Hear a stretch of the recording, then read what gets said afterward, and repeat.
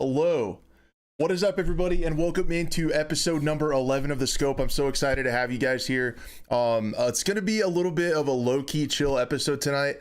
I'm probably going to be a little bit more interactive with chat, as you can tell on the screen, unless you're listening to the podcast. I am by myself. I'm soloing it today, so we'll see how this goes. I think it's going to be great. Bear with the production team. They're going to be a little bit short-staffed. It's pulling up different videos and stuff for you to look at that's prettier than my face, which doesn't take a whole lot. But yeah, so it's going to be a little bit slower. For those of you, 2 or 3 of you that listen to the podcast, shout out. Thank you guys so much for listening. I really appreciate it. Thanks for downloading the podcast and listening over there. If you want to see my not that beautiful face, be live over every Monday evening over on Crash Games on YouTube. For now, I might start a second channel. I don't know. But anyway, guys, keep those chats coming, and I'll be a little bit more interactive with chat than normal because I don't have a co-host or guest tonight. So we're just kind of chilling together, talking about stuff, and I'm looking forward to a chill episode. It's going to be a lot of fun. I hope everyone's doing well. Everyone's doing well, staying safe, getting back into the swing of things out there. I myself have been very busy processing. I'm making my own lunch meat. It's kind of weird. So yeah, what's up, Jason? Welcome in. So yeah, I've been making my own salami out of venison and bourbon flavored snack sticks. Bourbon flavored. So I've been like cutting and smoking meat for like the last 3 days. It's a lot of work. But I don't know, it's kind of satisfying too to kind of make your own food. So the first thing, I'm trying to think of anything else. I think the first thing, we'll just get right into it. The first thing that I really wanted to talk about this week was a new Battlefield. Now, there was an article from Tom Henderson that kind of started the whole thing about getting everyone kind of thinking about the next Battlefield. And I didn't make a video about it. I generally do about these sorts of things. But I didn't feel like it was worth it this go around, just because it's kind of a normal thing. And we'll get into that just a little bit. It's kind of a normal thing for the team to start working on the next Battlefield while the other one is still in production or is still active. I also need to pour myself some bourbon. My ice melted a little bit. Ooh. Cheers, everybody. Thank you for being here. Yo, what's up, Crate? Where's my lid? Found it. So anyway, I didn't make a video about it because I thought that it's kind of like it's pretty much a normal thing for the studios to move on. However, the difference here being, I understand where the community's coming from. The difference here being, it's a little 2042 is in a very rough spot, to say the least, and we're kind of on the edge of our seats, deciding whether or not they're going to completely axe this thing, or if we're going to actually get they're going to fix it and get it going, or if they're moving on to the next one. So there's a little bit to dive into about what happened this week. Again, I didn't feel like it warranted a video because it's kind of a typical thing for this point, for the technical teams to move on. We'll get into it just a little bit. On Tom's article, he said that they learned valuable lessons, and we have seen on Twitter over the last week that Marcus Leto, the guy who's starting the new studio over in Seattle, looking at the narrative direction of Battlefield, he has actually been over in DICE Stockholm, back in the office with the team, and people have been getting excited about what he's saying. Tom went on to elaborate today that he is not working on 2042. So for those of us that are hoping he would come in, step in, and help and get Battlefield 2042 where it should be and working again, not the case. He's actually working on the next one along with another team. So one thing that was said on Twitter is Lossy talked about the timeline of when new Battlefields start. Is it typical for that team to move on to the next one? Well, DICE developer Darko actually replied to him and said at some point there's little need to have tech people, as the tech people should be in place, and it's natural for people to get reassigned, and a smaller, more agile team is kept to deliver content. That smaller team is usually more impactful in regards to player facing features. Now, that makes sense to me. So you have, you have the engineers down at the engine level, engine engineers. Yeah, perfect. Great job, Crash. You have the engineers that set up like the Frostbite engine and get everything in place and all the tech people and stuff like that. And then you have the people that work on the maps and the content, the other stuff in the game, mechanics and things like that. Well, once the foundation for the game is there, which arguably 2042 never got, then that team should be able to move on to the next one. And that sounds like exactly what's happening in this case. So it was just really cool to hear from a DICE developer to kind of let people know that it's normal. They're working on the next one. It just brings up, I don't know. I thought about it all week about what kind of video to make and talk about this stuff, and what was going on. And I ended up just not making one. And the big question I had, is Battlefield dead? I think Battlefield 2042 is dead. The franchise itself, Battlefield, I don't think it'll ever truly be dead. And the reason I say that is I fully expect pre-orders, as we should be skeptical, very skeptical of the next Battlefield, as pre-orders should be low and all that stuff.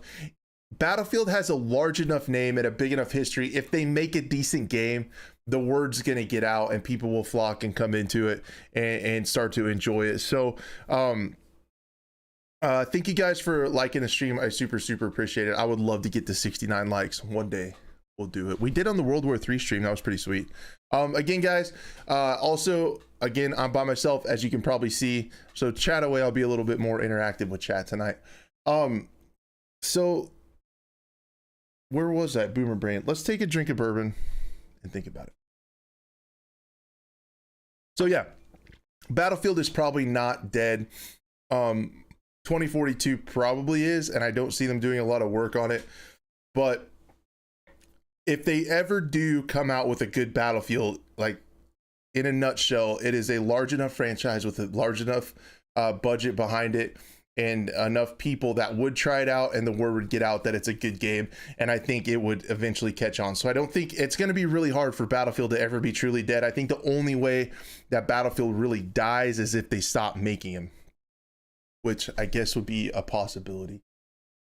A pretty long shot, but it could technically happen. I'm trying to think if there's anything else I wanted to talk about in regards to Battlefield. Another one of the things about it that I thought was weird is we still haven't heard anything on the next update. We haven't heard anything on the update that's supposed to bring the scoreboard into the end of round and add a couple more features and add VoIP. We haven't heard about that. I saw over on Reddit, one of the community managers said that they're going to communicate that very soon, and they're sorry for the delay. And I'm just having a hard time. I have a really hard time, like, trying to think of another AAA studio that has trouble like this. I fully expect the next update to be at the very end of the month. It seems like they always do that. They always have to add communication and change things. And Enders, he's an incredibly talented player. He streams on Twitch. He also has a YouTube channel. If you guys just want to see cracked, insane gameplay, I'm sure you already have watched Enders play a little bit.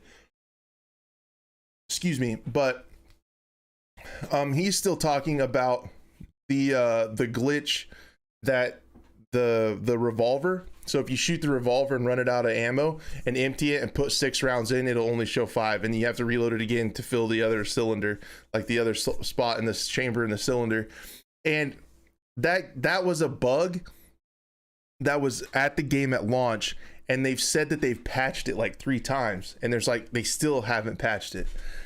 Pyroplasma says, I have no faith in DICE's ability to deliver another BF game of 2023 and not have it be a buggy mess. Yeah, it's gonna be a prove it moment, Pyro, for sure. I hope a lot of folks are gonna be hesitant to pre-order, and they're gonna have to show us something right before that's something that we're gonna hop into.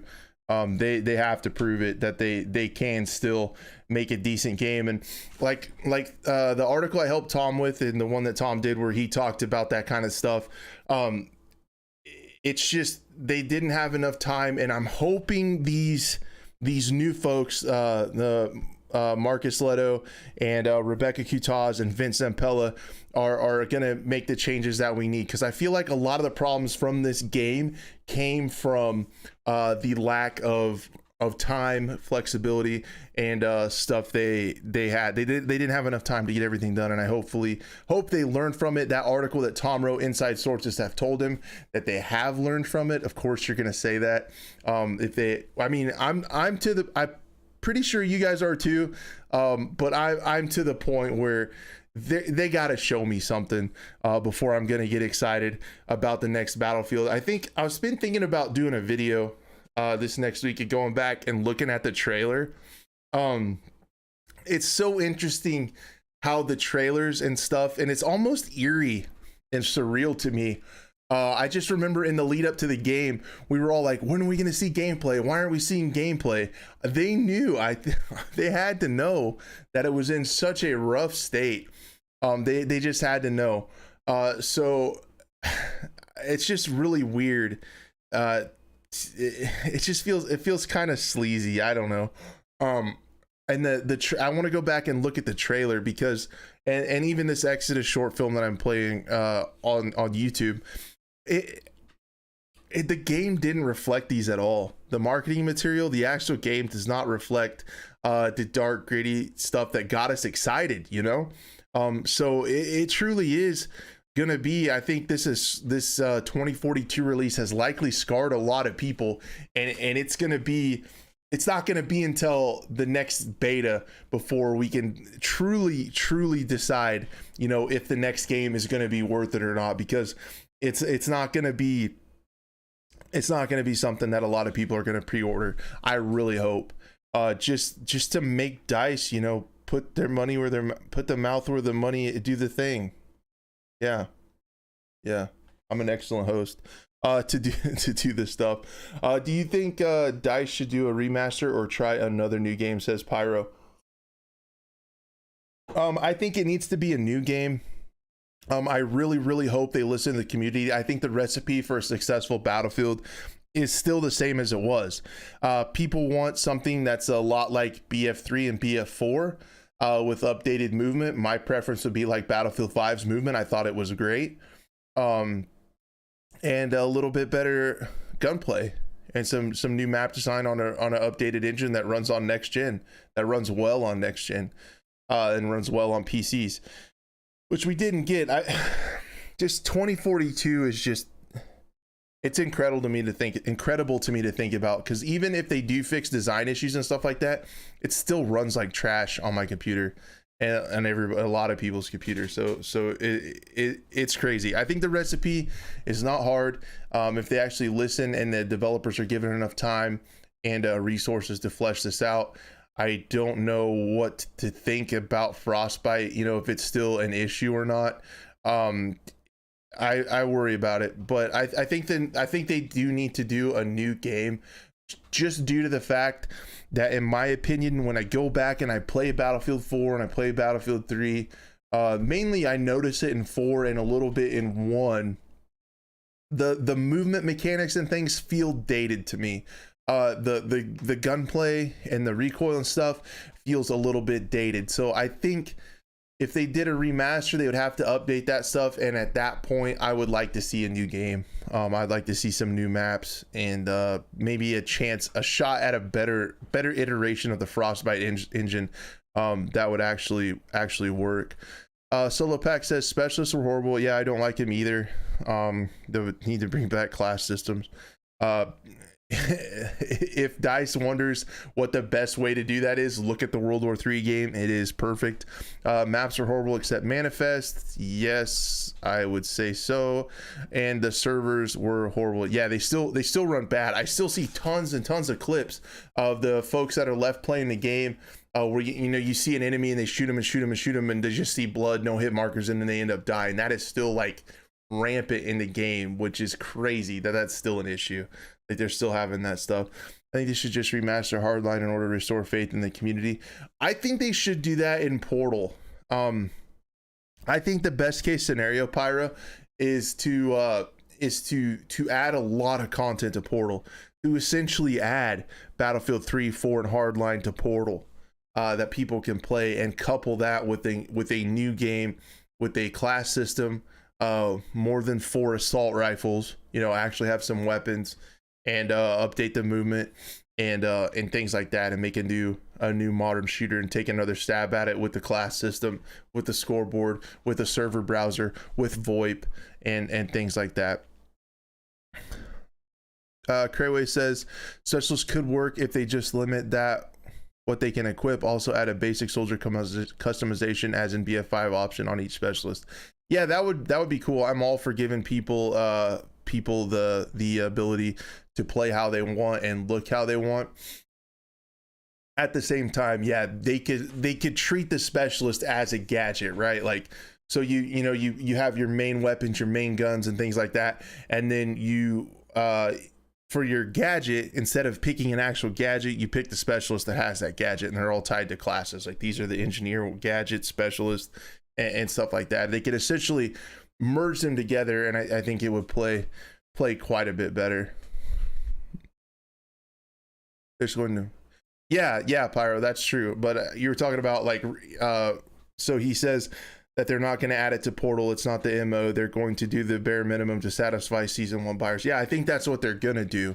But to restore good faith, I think they need to expand on Portal. They are still working on Portal. A couple of the Portal developers are still pretty active on Twitter talking about features and things like that. So that's good. They're still working on it. I'm assuming they're going to add more content to it, but instead of a remaster, I would love to see them put the remaster content in there and then a whole new game. Now, that's a lot of content. That's asking a lot, but in my opinion, they need to do a lot. Thank you guys so much for 7 likes. I super appreciate it. But in my opinion, like, they need to do a lot to get people's trust back, to earn people's money. They have a lot of ground to make up, in my opinion. So what are the thoughts? Sadballs says, shout out Sadballs. What's up, man? So what are the thoughts on a game like Rising Storm 2, but Battlefield-ified? Yeah, so I saw your comment earlier about Vietnam Battlefield, and that time frame would be really cool. Someone smarter than me tell me, would that limit, like, would all the maps have to be like jungle maps?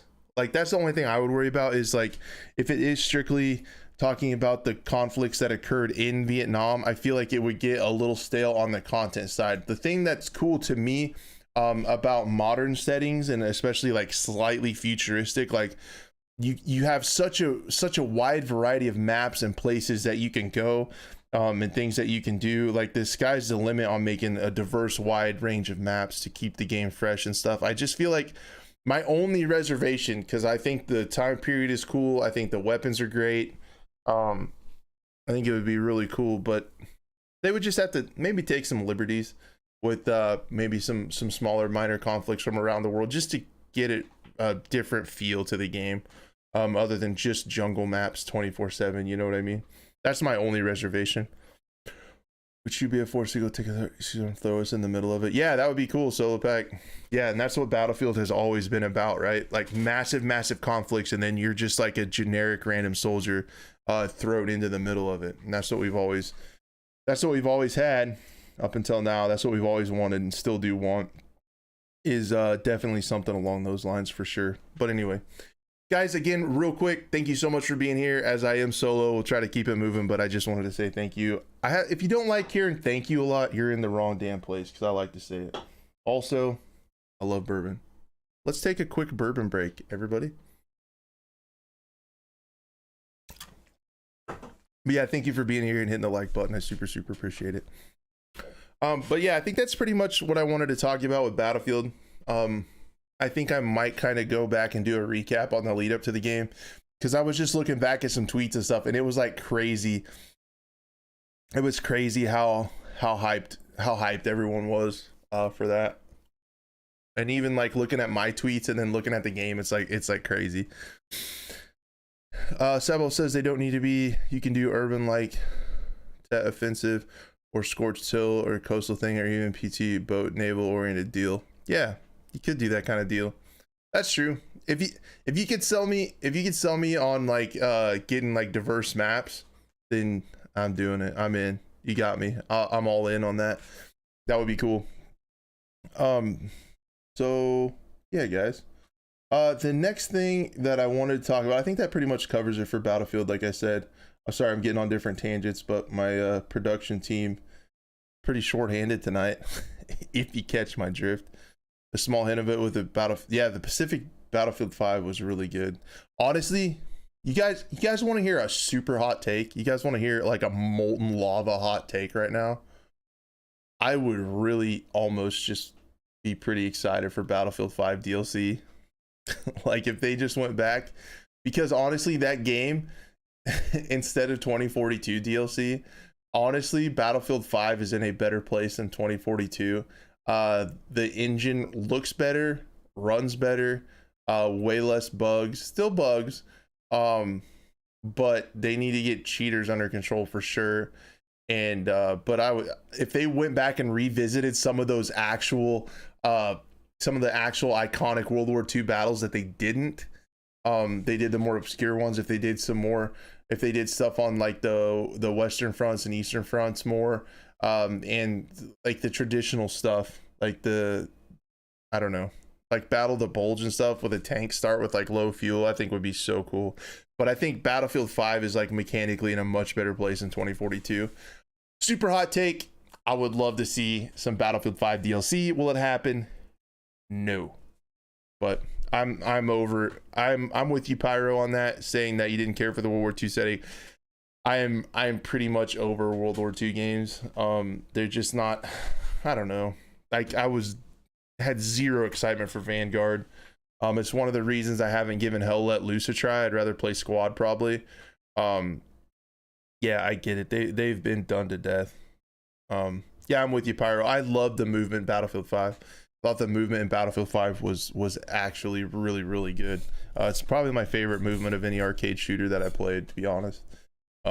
It's actually really good.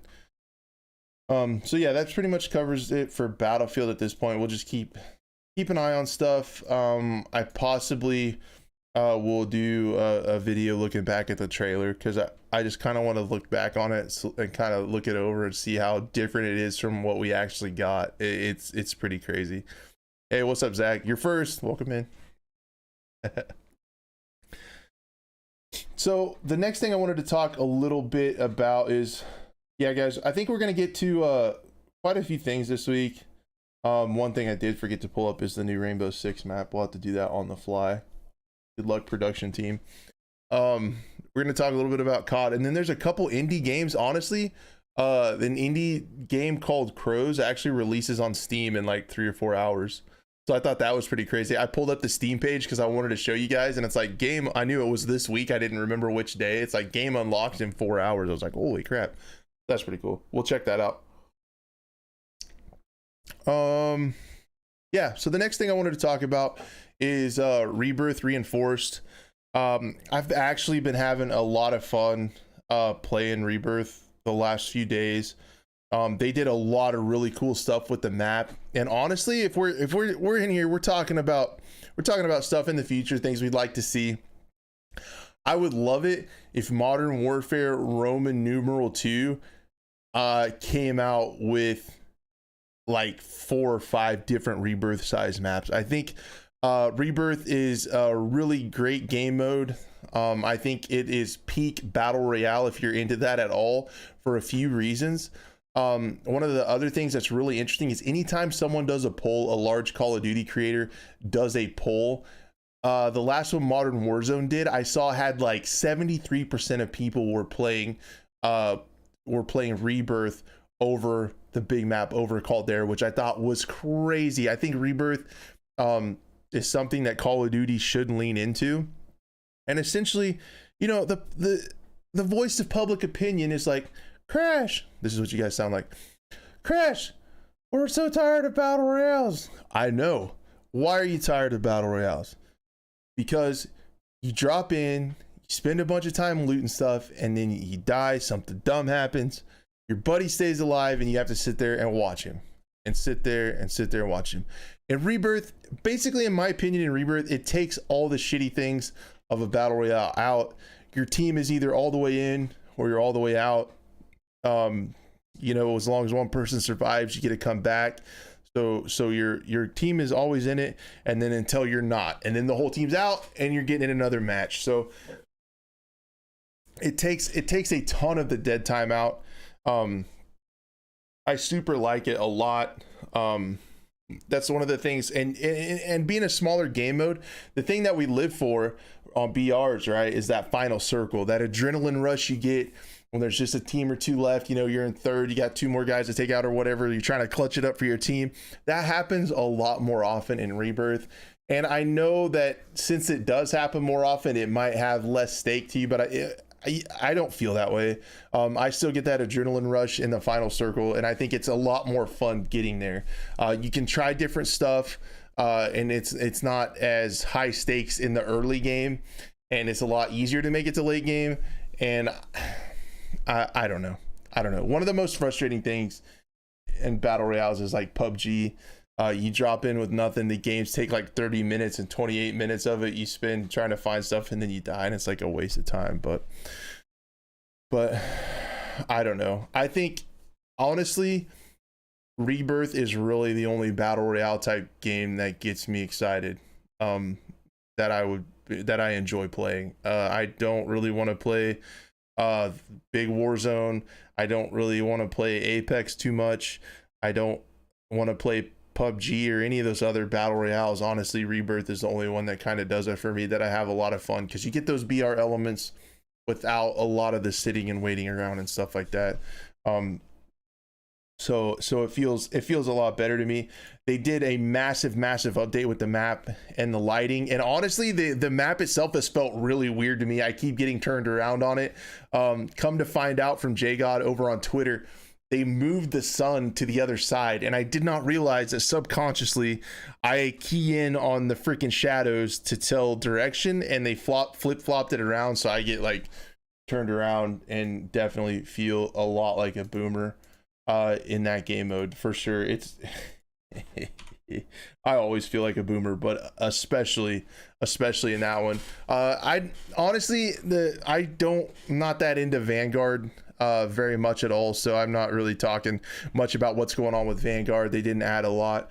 Really the big story is Rebirth Reinforced. They added a lot of really cool stuff, and I said this, I think I said this last week, again, boomer brain, boomer mentality here, I might have forgot, but I think I said I feel like they're testing things out for the DMZ, which is their survival extraction type game mode that is rumored to be coming with Modern Warfare Roman numeral 2.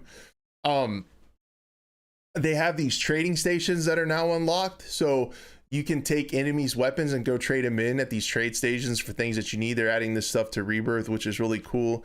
Redeploy balloons, they're adding UAV towers, so they're stationary towers, but you can go pay money and turn them on for like a local small UAV. And they're adding a lot of really cool and interesting mechanics that I think would fit in a survival type game. So I think it's interesting that they could be testing these out. That's where my brain's going. They have some AI enemies also on Caldera, the big map, on the big map, protecting some loot. So you see that as well. So you see some AI like Scavs and Tarkov. They're messing around with some different mechanics, and I think that's pretty cool that they could be testing out stuff for the DMZ. So I think that's pretty interesting. The other thing, you guys ready to get real crazy into conspiracies? I just saw this actually before we went live, but essentially sorry dude, my brain is like freaking out. The things that they did to Rebirth is really cool, and I hope, like, one of Crash's like guilty pleasures or something that I would want to see so bad that I feel like I'm probably alone on is I would love like 5 or 6 Rebirth sized maps to play Rebirth on. It's just, I don't know, it's such a great mode, guys. I don't know, in my opinion. It really is a lot of fun. It's a battle royale, but it doesn't feel shitty like a battle royale, especially early game. So let's get in the weeds a little bit. This was reported by Charlie Intel actually just a little bit ago, but I wanted to talk about it because I think it's pretty interesting. So Activision has put out a call or a job announcement. They're looking for a new social media manager partnership, somebody to work with for social media. And in the position description, let's see, what is it again? Manager, influencer, and talent marketing at Call of Duty, working for Activision Blizzard. So I think this is pretty cool. NTH Gaming, you're with me. Get behind that. Nice. I'm not alone. He's got me. What was our OP? And I don't have it. Max says, I don't like how Vanguard weapons are OP and I don't have it. That is a definite concern. Honestly, lately, I've actually been running the MP7 and Car 98 for Modern Warfare, and you can still run like the Cold War AK absolutely slaps. The OTS from Cold War still does really well.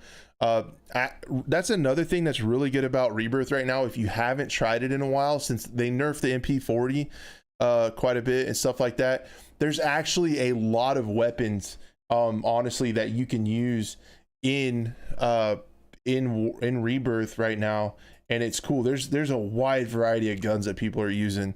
So it's not as bad as it was. I get what you mean. When the incendiary ammo was bad and the MP40s were really strong, it was frustrating, because it's like that is literally, Max, you hit the nail on the head, dude. That is the worst thing about Call of Duty Rebirth and Warzone, is leveling guns. I don't want to play multiplayer anymore.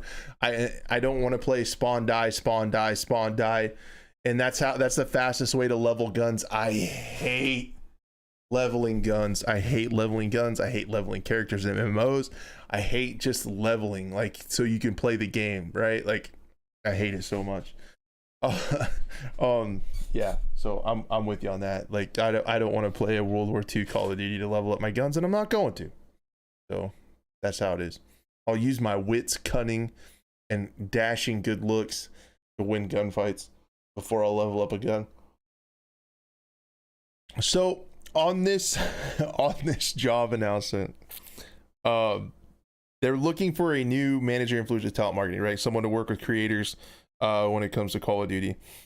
And in the position description, some interesting stuff Charlie Intel picked out of this, and they said 2022 is a stellar opportunity for Call of Duty, with an extraordinary lineup of innovations in curated player experiences, multi-platform gameplay, subscription-based content, mobile game development, and a move to always-on community and player connectivity. We call this COD 2.0. It goes on to say, and in the COD 2.0 era, this leader will extend the COD brand authentically in ways that engage core audiences. It's just a bunch of buzzwords. Synergy, things like that that you hear all the time. So I thought it was pretty crazy that they're actually calling this internally, it appears at least, COD 2.0. And again, I hope you caught that too. I definitely paused when I saw it, when they say subscription based content. So there's been a lot of talk about subscription based content. I don't know if that means battle pass, cosmetic cosmetic wise stuff, if that's what they're talking about, or if they're talking about the Call of Duty games are going to be subscription based. But it does say, if you put all this together, I hope I'm not reaching too far, it says 2022, and we will call this COD 2.0 with subscription based content. So I don't know what you guys think of subscription based content. I'm not a big fan of it, because generally, I don't know, and it could be because I'm old fashioned, but the thing that sucks about subscription based content is if you ever decide you want to stop paying for it, you have nothing. Like, you have nothing left over. Like, if you buy a game outright, like, you can still go back and play it later if you want to. And it just depends on it. I hope the subscription based content, if it does include games, is optional, so people can make the best decision for themselves, because, you know, it might not make sense for somebody, say that they play Call of Duties for the campaigns. Somebody probably does. I'm kidding. There are people that do that. So if you just like to play maybe zombies once in a while, and you play through the campaign and then you're essentially done with the Call of Duty, it might make sense to buy the thing for $60. But if you play it for the whole year, you play it all the time, and you always buy, if you always buy the next thing, then it might make sense to pay, you know, $5 a month or $10 a month, or, you know, whatever it might end up being. If you play it enough to get the use out of it, and you buy the next game, and you buy the season pass, and you buy all the stuff that's included anyway, it might make sense. So hopefully, if Call of Duty does do anything subscription based, I'm all about choice, right? Like if you want to do that, knock it out. If you don't, then if it makes more sense for you to buy it outright, and, you know, if you play it for the campaign, then be able to do that. That makes a lot of sense. Exactly, Seth. Those are exactly those are the words. Those are the buzzwords: synergy, vertical, dynamic, cloud strategy. Exactly. Solo Pack says, and again, guys, if you guys are here, you notice that I am solo tonight. I'm doing this myself, so I am a little bit more interactive with chat. So yeah, guys, chat away. I super appreciate everyone being here. Thank you for the 14 likes. It's just, yeah, freaking thank you. This is fun. It's just a super chill stream talking about everything going on. Solo Pack says, I think Ubisoft Rainbow Six Siege should open their horizons. Imagine 20 versus 20 on mid to large CQB maps.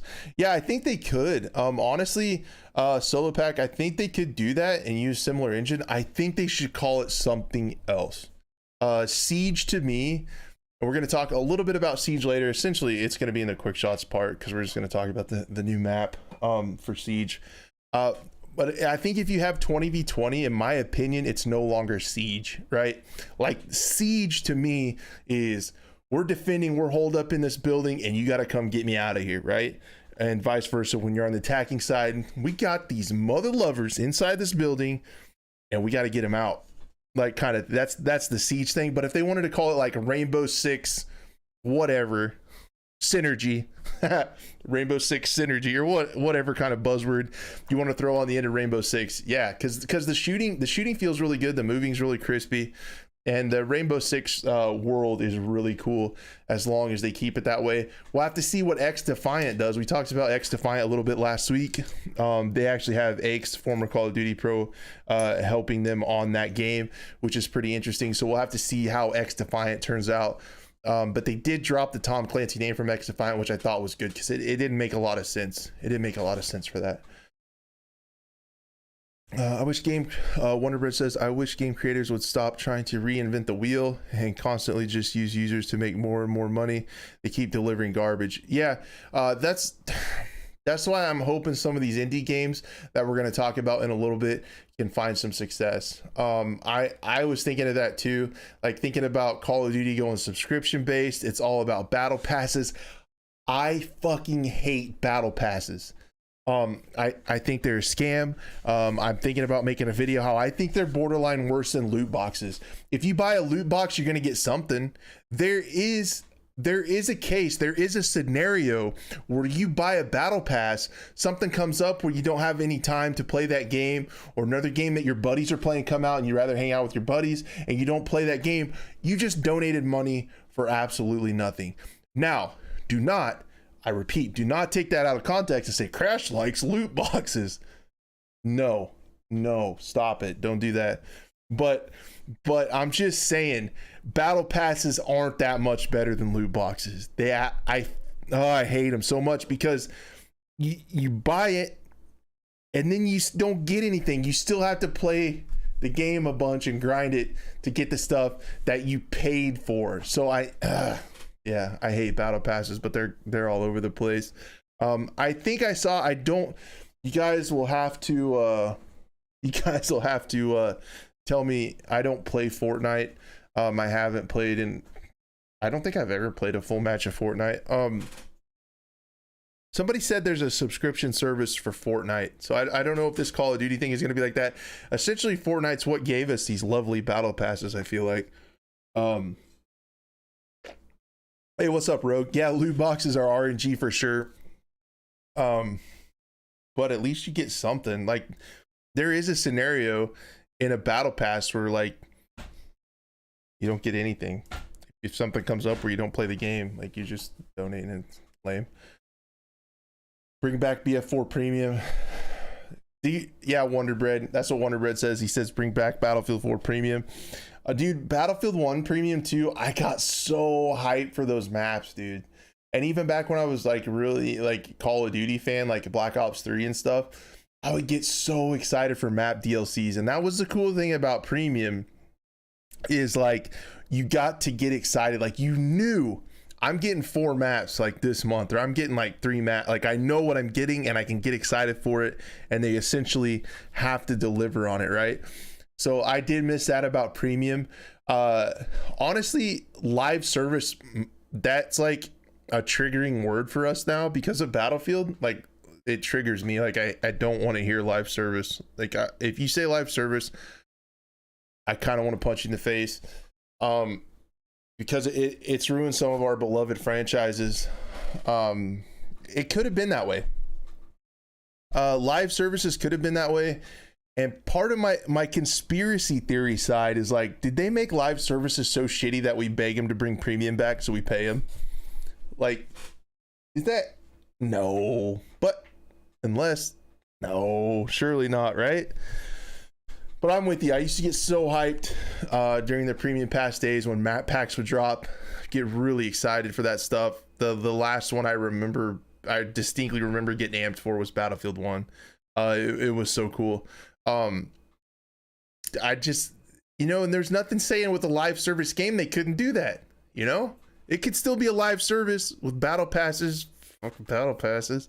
But they said, hey, all the map DLC you get for free to keep the player base together. That's always the big thing with when you tell somebody that you want Premium back, right? Like, well, it's going to split the player base because some people are going to want to buy it and some people aren't going to want to spend any more money. Perfectly fine, but it's going to split the player base. There's nothing saying that DICE, EA, Activision, or whatever say, hey, in this live service, we're still doing DLC map packs. You're getting 4 maps every 3 months, right? They could have done that for free and then still had their battle pass on top of it, keep everybody playing together.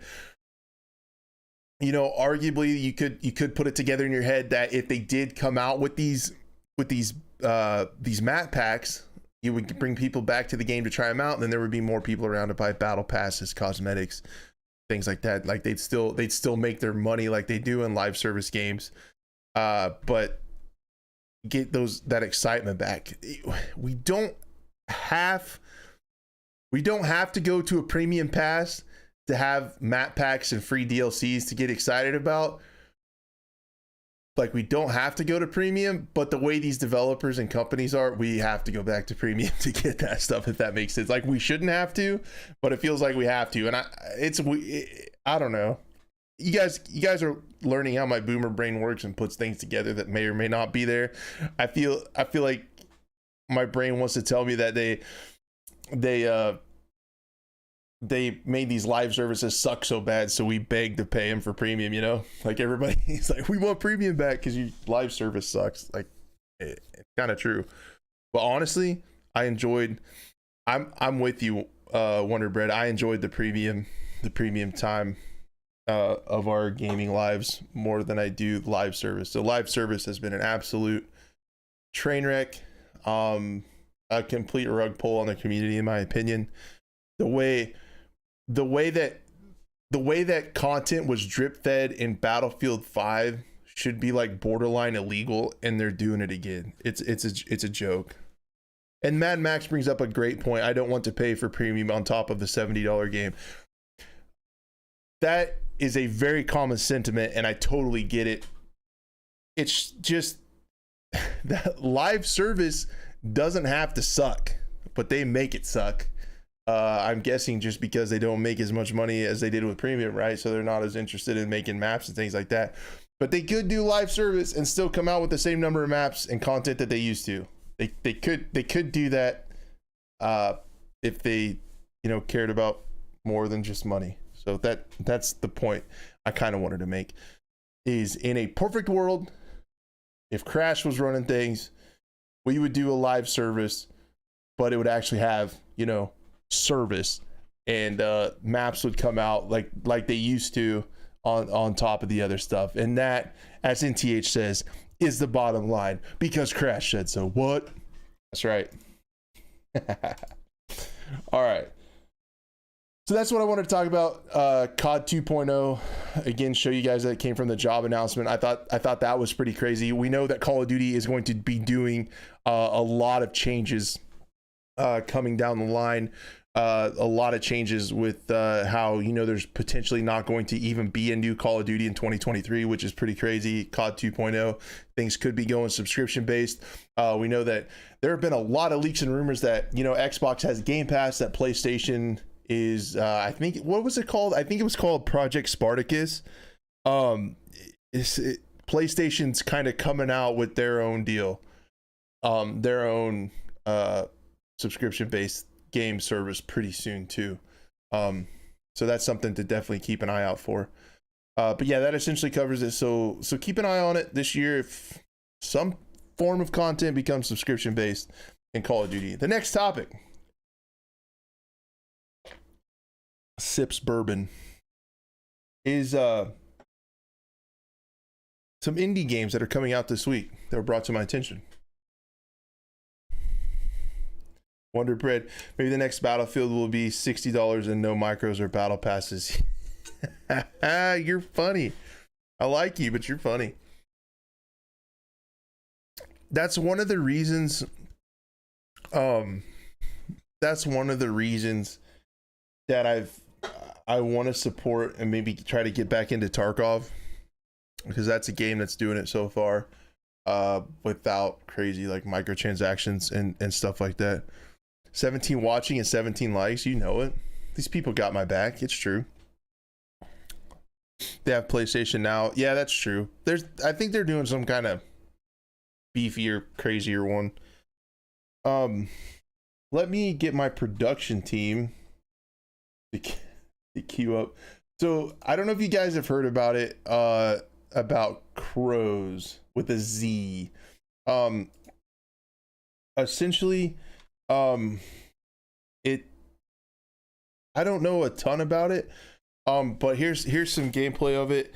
It looks, now I think this is the game that releases actually in a couple hours, but I think what we've been talking about is a perfect segue into how a lot of us, including myself, are rooting for these indie games to be successful, right?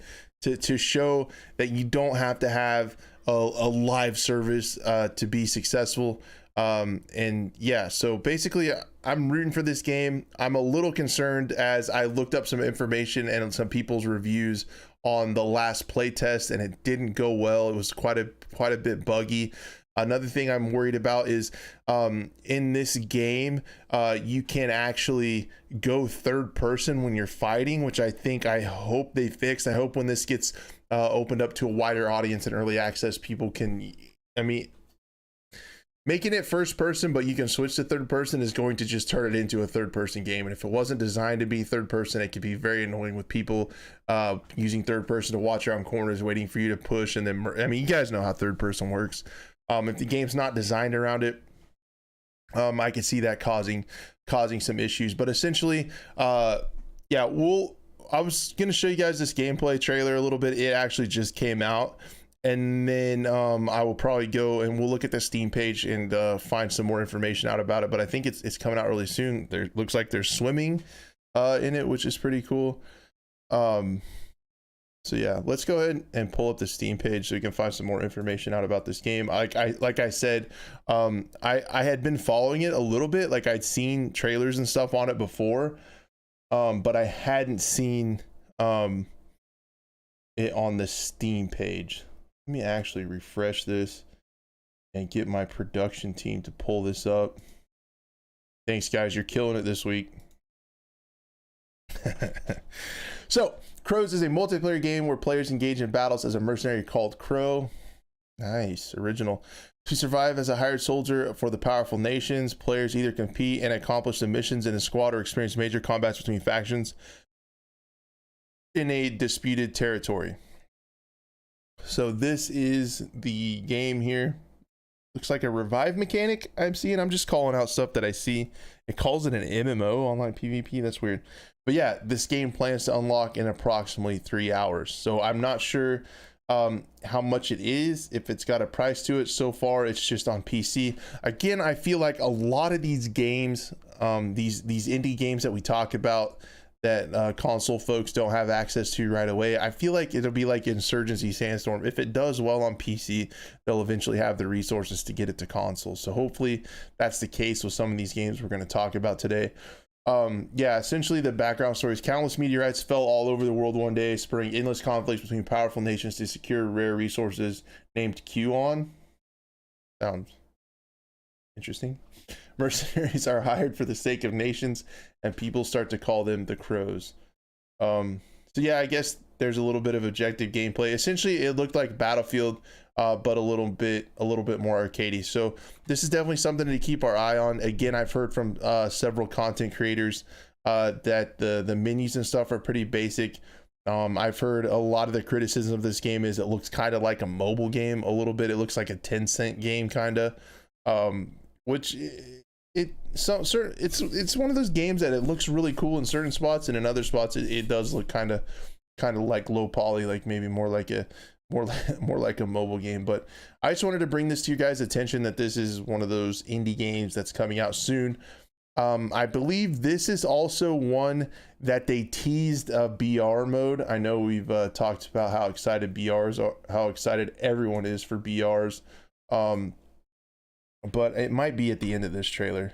I'm not 100% sure. Yeah, there, exactly. So it's right there, right on cue. Thanks, production team. You're doing it right. There is a gas mechanic coming in, so they could try to do that.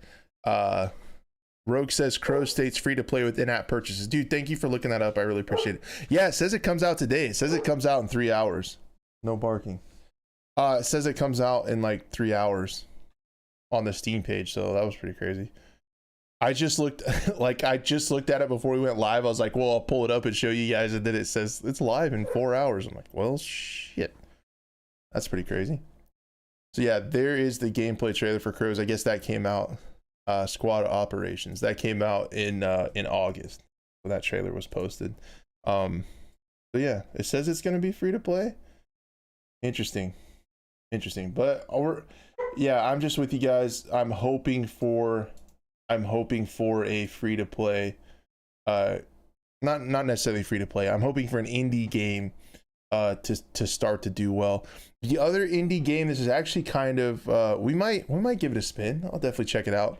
I'm worried it's going to be in a little bit of a rough spot at launch. Like I said, a lot of the creators that have been following it have said they're worried about it going into early access. They're worried about it being a little sketch, but we might give it a try on Twitch. We'll see how it does. We'll see how the launch goes. Yeah, I'm worried about it, as we've seen with World War III. Yeah, definitely worried about indie games and getting their network issues together, because as it turns out, it doesn't appear, from an idiot guy on YouTube, that's me, it doesn't appear like network coding is very easy. These I feel like these indie games struggle with that the most, for sure. So the other game, so this is actually kind of a big week for indie games, to be honest with you. This is the other one we've talked about before a little tiny bit. Operation Harsh Doorstop. This is done by Drakeling Labs. There's several videos online you can see about the process that they've done. I feel like they've used some of the assets from Insurgency Sandstorm. Not 100% sure on that. Do not quote me on that. I feel like they used assets and engines, and it's a mod of another game. The first versions of Operation Harsh Doorstop will cover basic infantry combat. So what's happening this week is there's going to be a single player online test. So this is another free one that you can check out on Steam. That's going to be a offline single player test. It's just a really early on test. But this is another indie game that's pretty interesting. It looks a lot like Insurgency Sandstorm to me. No barking. So yeah, it looks a lot like that. Sorry for the dog barking, guys. Really sorry. Yeah, it's a Patreon funded tactical shooter, so some of you folks might have supported on Patreon. And then if we go ahead, I'll pull up a gameplay trailer so you guys can see a little bit of that. This was actually just posted. This one looks definitely not as polished The animations look a little rigid and stuff like that. But here's a gameplay trailer of Operation Harsh Doorstop. Again, I think Wednesday, I think this comes out for the free to play test you can check out on Twitch. But yeah, it's kind of crazy that these two indie games that I've been following for a little while have actually kind of worked out to be launching at the same time. So yeah. But yeah, it looks a lot like Insurgency Sandstorm, like a lot. But I know if you search it on YouTube, Drakeling Labs, they go into like details on how, like, some of the reasons they did certain things, and you can get a little bit more in the weeds on development. Like, if you're into that, I definitely encourage you to check it out. It's actually pretty cool as far as getting into that a little bit. But yeah, just another indie game. Like I've said 100 times, I'm really rooting for some of these indie games to do well. And then the last thing that I wanted to talk about was just in a quick shot was to talk about the new map. I want to pull it up. Emerald Plain for Rainbow Six Siege. I've actually really been enjoying Siege again the last few weeks. Let me see if I can find it. Trying to find the official. My production team is supposed to handle this stuff before we go live. Yeah, so we don't have to do this awkward pause while I wait and try to look up a trailer. I don't want to use anybody else's content, so I want to try to use the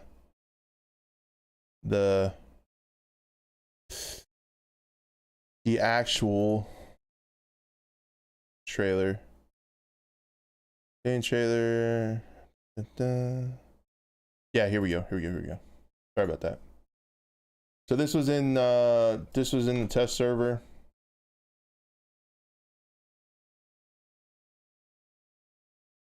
Boom. Fix that. Yeah. So there you can see the new map in Siege. Again, this is kind of a big deal, and I wanted to talk about it. I personally have been enjoying Siege again. A lot of the Year 7 changes they've made are pretty cool, and this is the first time in a long time they've actually had a new map. So it's pretty exciting to actually see a new map. I didn't download this on the test server yet. Supposedly it's coming to the live build this season. I should download and check it out.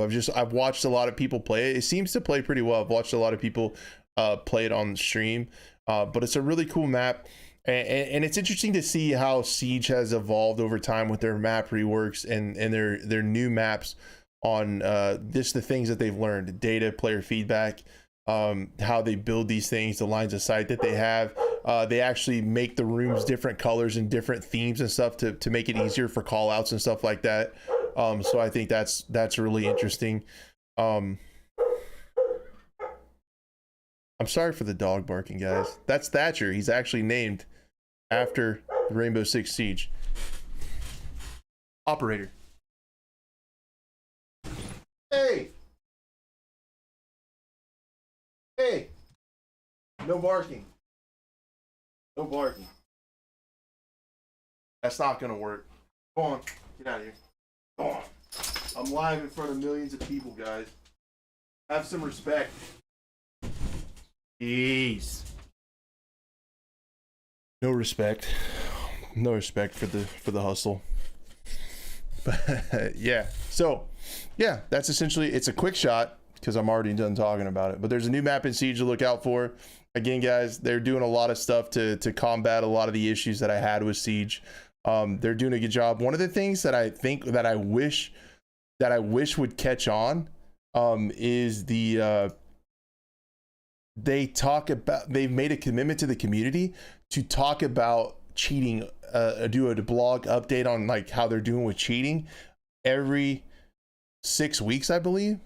And that's what they do. So it's really cool that they have a cheat, like, to talk about, you know, what they're doing to combat cheating and things like that. I think it's really, really, really nice. And they're doing a lot of stuff to prevent smurfing and things like that. So I think, was that an hour? I hope to go for an hour. I think that was about an hour, guys, right on the dot. I'm good. Yeah. Yo, what's good, Trevor? So yeah, let's just move into the chat Q&A. If anybody has anything, again, I've been kind of talking about, I've been talking to chat like the whole time, but if there's anything you guys want to add or want to talk about before we call it a week, I would love to hear from you. We can chat for just a little bit longer before I end it. But yeah, and let me know how you think I did as a solo host. If you like the solo, more interactive with chat, or if you prefer to have a co-host and or guest. But anyway, yeah, what's up? What's up, Trevor? Good to see you, man. Are you interested in 2042's April patch? Yeah, definitely check it out. And probably make a video on it. I'm interested. I'm still interested on 2042 as far as what they're going to do moving forward. Like, excuse me, how and if they're going to fix this thing and try to bring it back or not. And like the fallout from that is all going to be interesting for me to watch. Like I'm going to cover it. So yeah, I'm interested to see what they do in April. One of the developers I saw on Twitter reported, or not reported, but he said that there's going to be some of the changes, like VoIP and scoreboard is still set to come in the April patch. However, a lot more meaningful changes are set to come in the season 1 patch, and they're supposed to also give us an update on what they gathered from the map feedback deal. I thought about making a video where I went through the maps and fixed them, quote unquote, just, you know, to, in my opinion, like drew on them and stuff like that. Yeah, I think so. I can't decide. I thought about like pulling the maps out with like a telestrator and just drawing on them, like, take this out, this open area, stupid, move this objective here. Like, I thought it'd be kind of interesting. I don't know. That would be more interesting in a live stream. I feel like talking to you guys and like getting input from you guys. I do like the greater focus on chat during the stream, but also the co-host. Cool, Seth. Well, we'll probably, how it ends up. I didn't realize when I started this, like how hard it is to like keep a live like a weekly show going. Like there's a lot to like prepare for it and stuff like that. I didn't exactly realize that. So just to keep this thing rolling, as shitty as it is, there's probably going to be a mixture of co-hosts hanging out with me and me doing it alone, as long as a few people still show up to watch it. Super freaking appreciate the 20 likes and the people who showed up and hung out and have been chatting, and even the lurkers and just everybody who's clicked on it and come to hang out. It really means a lot to me. I hope you know that. Good luck putting out that fire, says Dan. True. The April patch is significant. They need to push forward season 1 IMO. Yeah, they need to do a lot of stuff, Trevor. I don't know if 2042 is salvageable, to be honest. I honestly think when we start hearing about like Call of Duty Modern Warfare 2, like Roman numeral 2, I think that's what everybody's going to be talking about. Honestly, the last Call of Duty that I didn't hate was Modern Warfare 2019. I know that goes against a lot of the longtime Call of Duty fans and stuff like that, but that's all I got as a Battlefield channel. Tell me about it, Trevor. Tell me about it, dude. Oh man, what a rough time to be a Battlefield YouTuber. That is a whole entire episode on itself, man. Like the roller coaster of emotion of being a Battlefield YouTuber. Honestly, like I mean, you guys know the story, right? Like I bought into the hype. Like I thought the game was going to be awesome. I wanted to cover it. I had all kinds of legwork done in advance to make weapon guide videos. Like I was ready to rock and excited, and then this happened. It's just like, wow. So that's why instead of making cool weapon videos, I have a weekly podcast talking about first person shooters because of Battlefield. Yeah, and that's why my channel is in the downward spiral that it's in. But who cares? I'm having fun. I love you guys. Appreciate everyone for being here. Barely on topic, Seth says, thoughts on game related movie shows and the new Halo show. Yeah, I'm all for it, man. I think it's going to be really interesting to see what The Witcher does. We know that they've teased a new Witcher game that they're going to start working on that over CD Projekt Red, and it's gonna be interesting to see if they use the Witcher series on Netflix, you know, as influence or as like a marketing tool. Maybe like the next season of The Witcher has something to do and introduces that. Like I could see that being kind of a cool mashup. As far as the new Halo series, I need to watch it. I really should watch it. I have Paramount Plus, I think. So I should watch it. I haven't watched it, but I saw all the news stories from IGN and stuff about how the showrunners didn't even look at the game Halo, which is pretty chalked in my opinion. And I've heard that Master Chief already took off his helmet in the first episode. You guys can correct me if I'm wrong there. I thought that was pretty rough. I think if you're gonna do a video game related show, that's great, but you need to keep it in line with the games. I feel like would be the best, just to keep, not necessarily immersion, but stuff like that.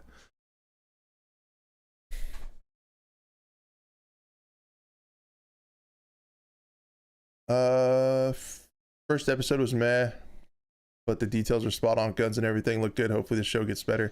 Yeah, and it might build and stuff like that. So yeah, I should check it out. The visuals, so I saw all the trailers and stuff. So I thought the visuals looked really cool. So yeah, I should check it out. I'll report back next week. I'll remind me, and I'll let you know what I think of it next week. I'll watch it because I feel like I should. I'm trying to think of what other games could be movies. I know they did that Uncharted movie or whatever. Luki says, don't give up, don't trust EA at all now. Yeah, keep fingers crossed for your channel. I appreciate that, Luki. Thank you so much. I appreciate that. Thank you for the kind words. Yeah, I'm just gonna continue to do these live streams and just make videos during the week. I really like making videos a lot, so I'm gonna keep doing it for this foreseeable future. It just wears on you, like seeing everything drop, seeing views drop, losing subscribers. Like every time I post a video I lose subscribers, but it is what it is. I'm gonna still at least in the meantime, while I'm having fun at it, make the best possible live streams and video that I can. And I'm making videos for you guys, you know, that stick around. I'm doing these live stream shows for you guys, the people that show up, you know. Joe Hot Dog wasn't in this show, won't be watching. I get that, Sad Balls. That's a total mood. Little Nightmares TV series, that'd be pretty cool. That'd be like the Nightmare Before Christmas ones is what that would look like to me, kind of. Those games are crazy. Those Little Nightmare games are crazy.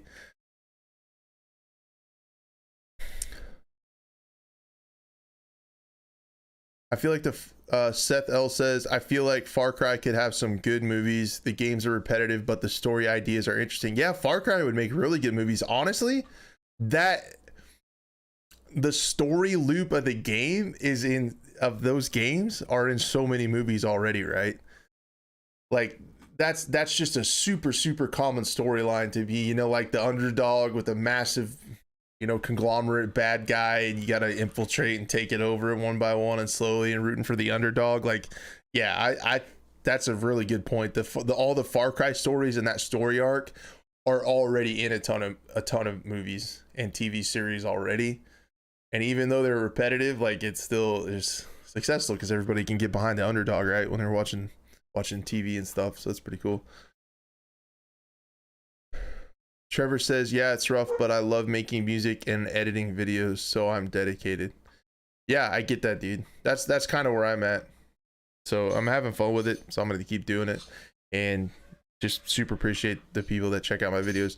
If you guys want some other Battlefield content, okay, Trevor in chat, you can click on his name and go give him a sub. He makes really good Battlefield videos a little bit more frequently than I do. I've had a tough time just thinking of ideas to make Battlefield videos, because still on the channel Battlefield videos perform the best. I still lose subscribers, but if you guys are interested in Battlefield content, definitely check out OK Trevor's channel. He has really good videos. I think you can click on his name and pop over there and give him a sub if you're interested. But yeah, guys, I think that's gonna be it. I think we could probably go on forever. We could go on forever talking about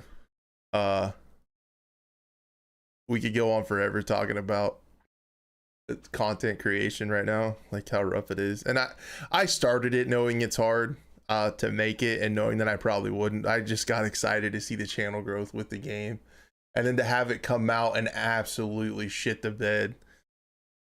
It's like, I don't know, it's been crazy. Oh, no worries, Trevor. No worries, man. Anytime. Did you try Rebirth? Lukey says, did you try Rebirth Island? I'm not a fan of that game. Battlefield let me down. Oh, Lukey, yeah. So after this is over, if you're interested in more Rebirth stuff, at the beginning of the show, I talked a lot. Well, you can. So the reason I do the topic list like I do, where it's highlighted on the YouTube stream, is you guys should be able to kind of scrub through and see where I'm at. So you can scrub through when I talked about Rebirth. But yeah, I really like the new Rebirth Island in a nutshell. I like a lot of the new mechanics, and honestly, Rebirth, excuse me, that Rebirth game mode is pretty much the only BR that I care to play right now. I think it is a really good game mode. And I talked a lot about it, you know, in that second topic of the show. But yeah, Luke, yeah, I definitely tried it.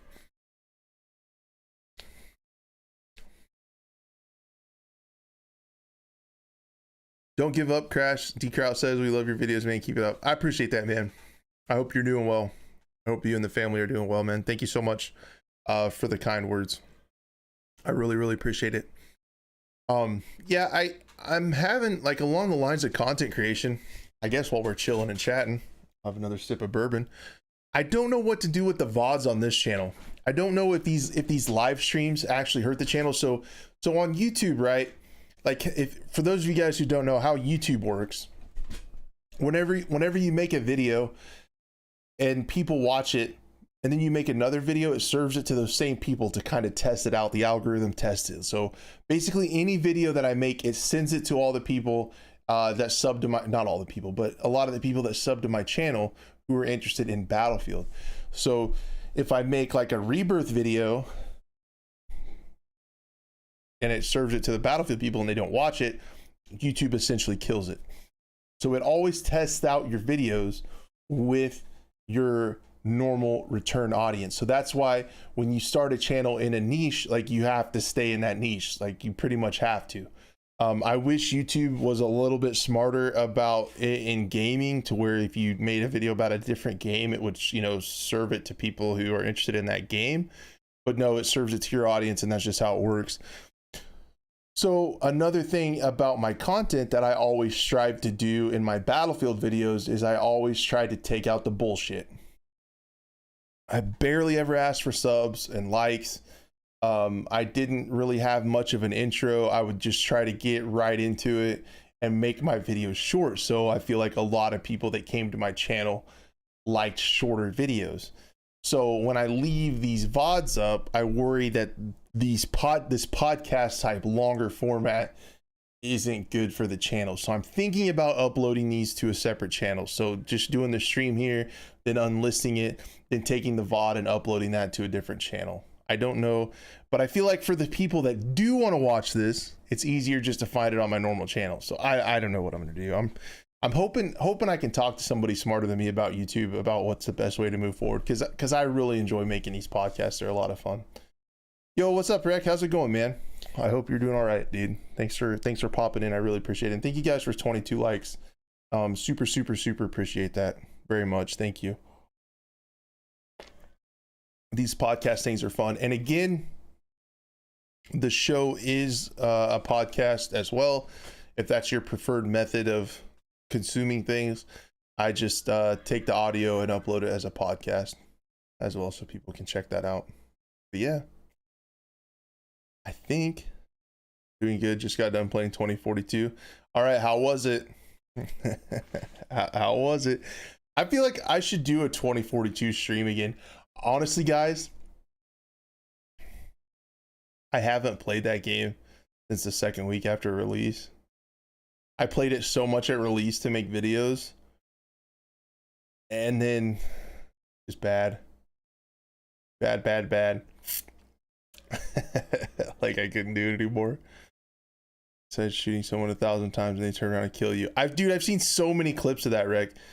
So many clips, you shooting someone and nothing happens and they turn around and kill you. Like, yeah, I don't get it. Trevor says the quality of your stuff, you think you had so many more subs, which you deserve. Oh no, man. No, I don't, but I appreciate that. Thank you so much for those kind words. That's really kind of you to say. Appreciate that. That means a lot.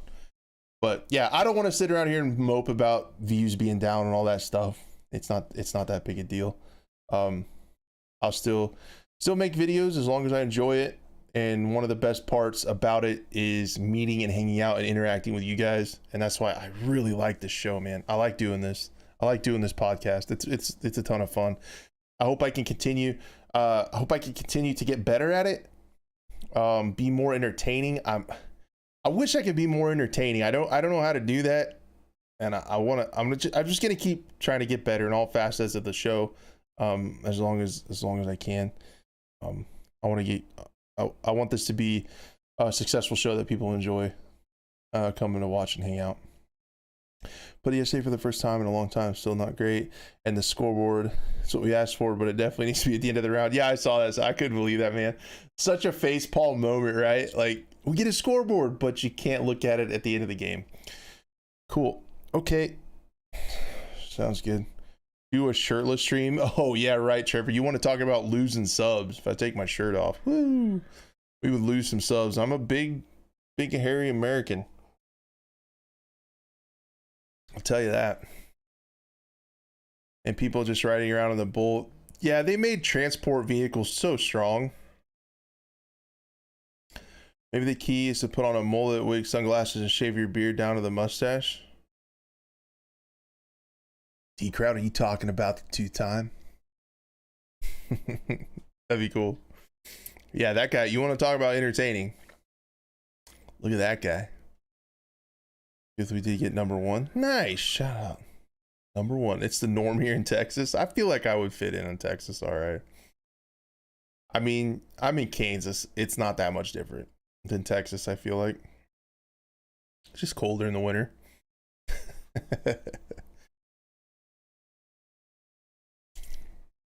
I mean, right? So anyway, guys, yeah, I think that's going to be an episode for this week. Episode 11. Next week would be number 12. I might try to get a co-host on. I'll see who wants to do it. See if anybody wants to hang out on the stream. But yeah, I did change my PlayStation and my name on here. Nice, Rick.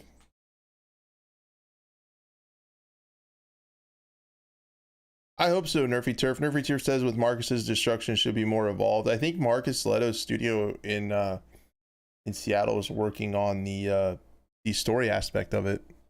So we'll see. I think it's going to be up to Rebecca Kutaz and the Dice Stockholm to see how the multiplayer plays out. I really do. But yeah, guys, I think I'm going to wrap it up because I could sit here and talk to you guys all night. I should probably do something else.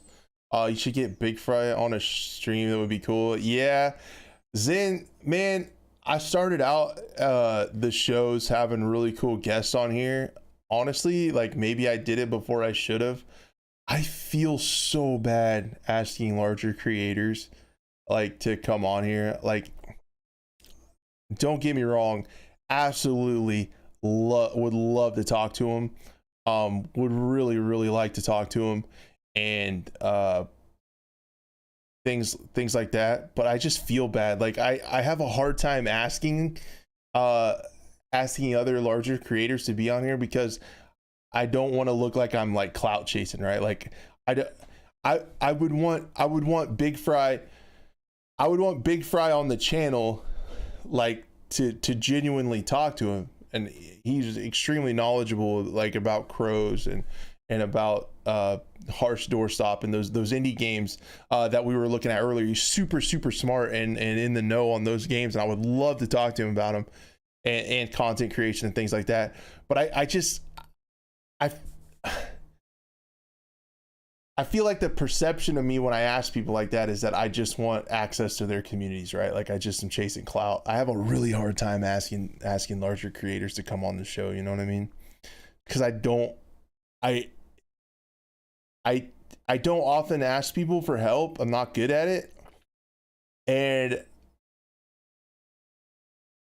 I just feel bad because it's like they're like content creators, especially ones that do this full time, are so busy, have so much on their minds, and their time is money.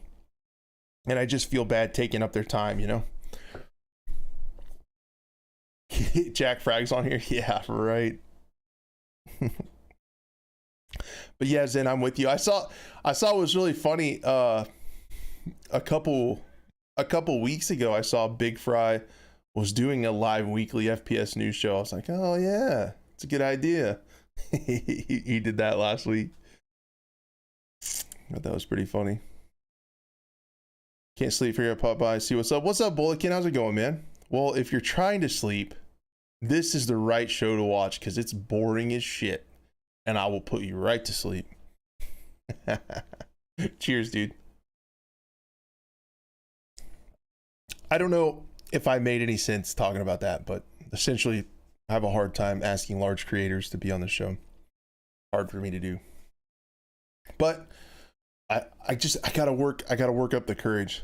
I was hoping to show some growth in the show and make it a little bit bigger, and then so it might be worth it. And honestly, I really, really love having guests on here. And if anything, that would be one of the reasons I hope the show does eventually grow one day, or if it does, would be the coolest part of it would be cool to have, you know, bigger guests on here to talk about, because I really enjoy talking to those people. It's super cool. So, all right, Seth gets it. All right, we're good. Seth gets it. So, all right, guys, that's going to be it for me.